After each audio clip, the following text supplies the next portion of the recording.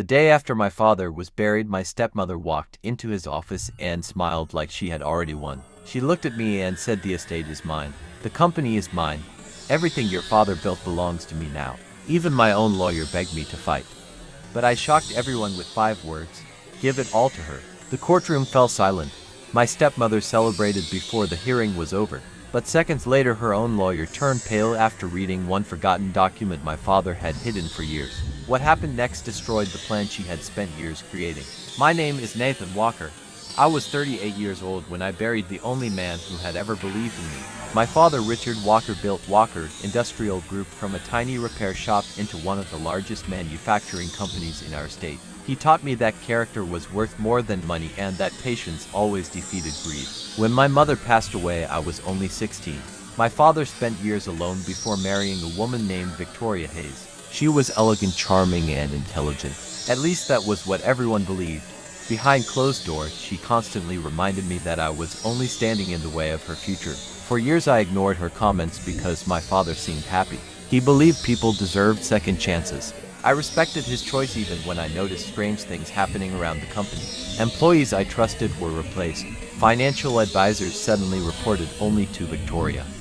Expensive purchases appeared without explanation. My father never spoke about it, but sometimes I caught him quietly studying financial reports late into the night. Then everything changed. One cold October morning, my father collapsed during a business conference. By the time I reached the hospital, he was gone. His funeral was packed with politicians, business leaders, and hundreds of employees whose lives he had changed. While everyone else cried, Victoria barely shed a tear. She was already asking about board meetings and estate documents before the flowers had even arrived. 3 days later, she invited me into my father's office. She looked around the room and smiled. "Nathan, this house belongs to me now. The company belongs to me. The investment accounts belong to me. I hope you understand your father wanted me to continue his legacy." Before I could answer, she slid several legal documents across the desk. "Sign these after probate, and this will all be easier." I quietly folded the papers and left.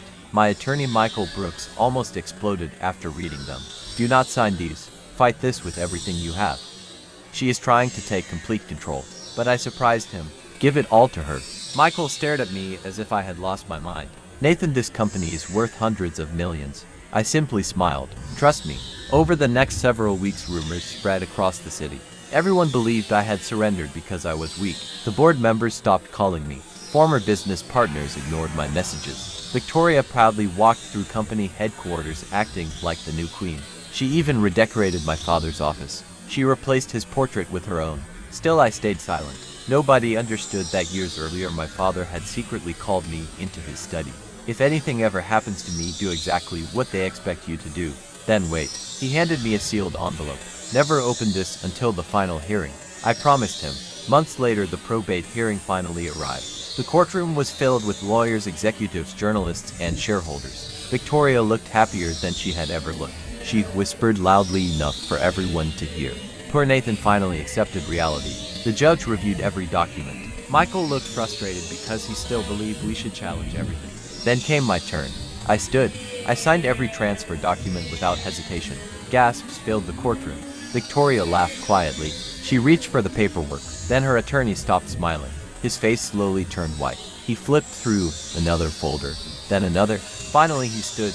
"Your Honor, we have a serious problem." The courtroom froze. "What problem?" asked the judge. The attorney swallowed hard. "The transferred estate does not include controlling ownership of Walker Industrial Group." Victoria looked confused. "What are you talking about?" The attorney explained. Several years before his death, Richard Walker legally transferred controlling voting shares into an independent family trust. The trustee is not Victoria. Everyone looked at me. The attorney continued.